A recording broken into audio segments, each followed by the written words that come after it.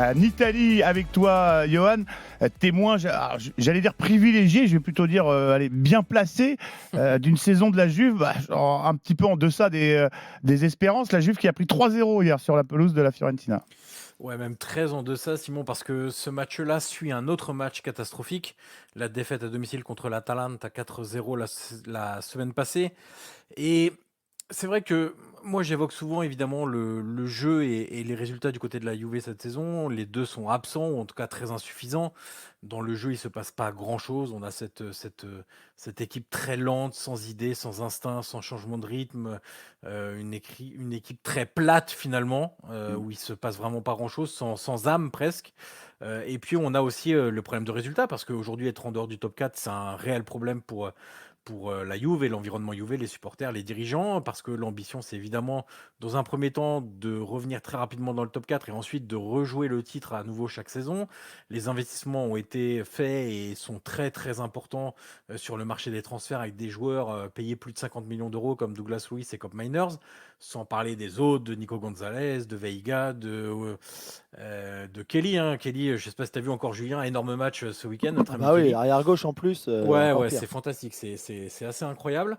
Quand tu vois qu'il va être recruté avec toutes les options, obligations pour plus cher que ce qu'ils ont laissé partir Dinoisen, ça va être quand même assez incroyable. Mais sur ces deux matchs-là, même si on s'en doutait un peu, qu'on avait vu déjà des bribes de problèmes de caractère, là, contre l'Atalanta et la Fiorentina, c'est ce qui nous a choqué le plus en Italie, parce que c'est tout simplement pas deux choses. La première, c'est pas l'ADN de la Juve.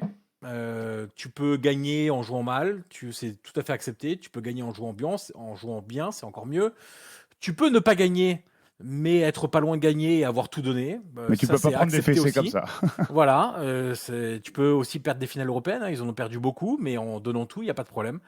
Mais par contre, ne pas gagner, être loin de tes objectifs en donnant le sentiment que tu t'es quasiment économisé, ou en tout cas que le maillot, il est pas assez mouillé, c'est un peu problématique. Et Del Piero, qui est consultant à Sky, Sky Italia, disait hier quelque chose de très juste. Il disait, moi, des moments comme ça, des moments compliqués à la Juve, j'en ai connu.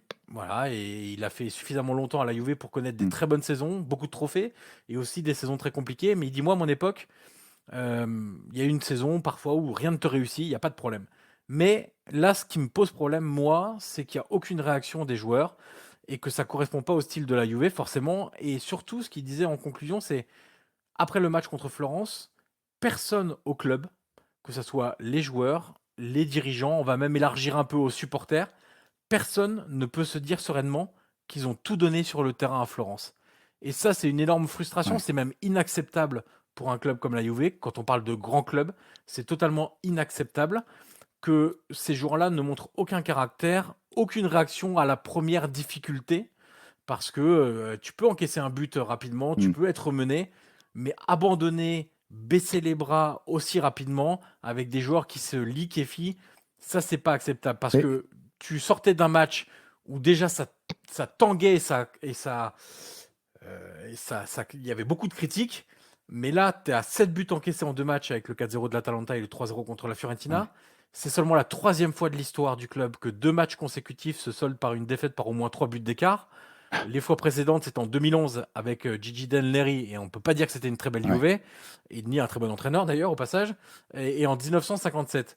Mais Qui alors est... justement, Johan, parce que y a l'état d'esprit, il y a les habitudes, les années passées, il y a quand même aussi là, un style de jeu et puis des attentes qui étaient très Ouais, élevées mais avec bien l'arrivée sûr. de Thiago Motta sur le banc. C'est quand même plutôt une déception, c'est un euphémisme quand même, ce qu'il propose, le projet de jeu. Est-ce qu'on voit la patte Motta quand même dans Non, cette non, non, Juve?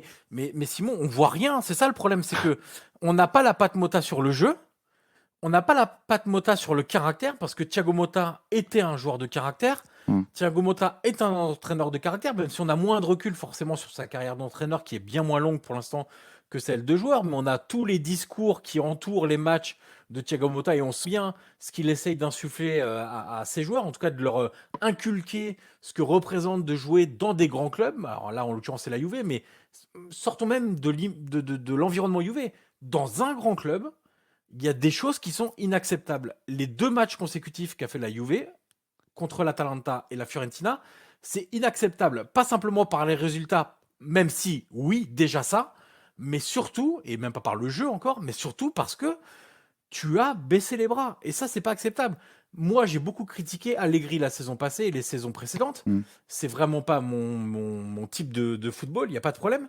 Mais au moins, dans un brouillon de football totalement inabouti, tu avais au moins des individualités qui n'étaient pas forcément beaucoup plus fortes que celles qu'il y a dans l'effectif aujourd'hui, qui te sortaient de situations difficiles. Ouais.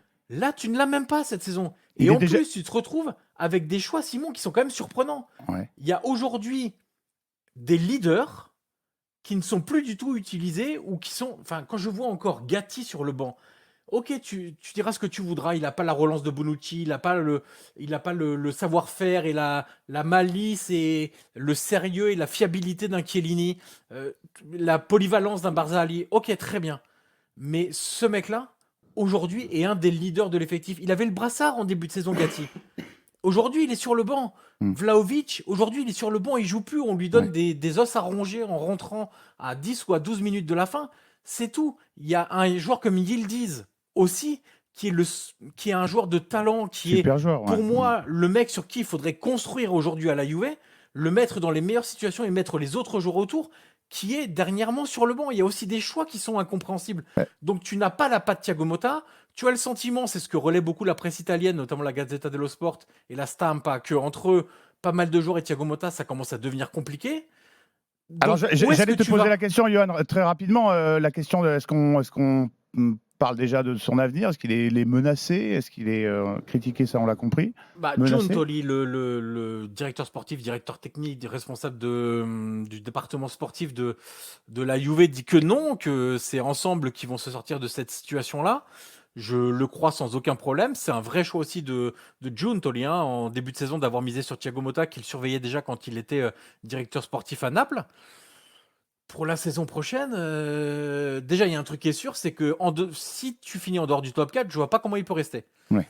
Et Ouais. même dans le top 4, il faudrait quand même une amélioration assez significative des résultats du jeu et de ce qui est montré sur le terrain en dehors des phases avec ballon, c'est-à-dire les phases sans ballon et le caractère de l'équipe face aux difficultés, pour qu'on ait la certitude très rapide de se dire que Thiago Motta sera l'entraîneur de la Juve la saison prochaine. Aujourd'hui, en Italie, personne ne peut vous l'affirmer.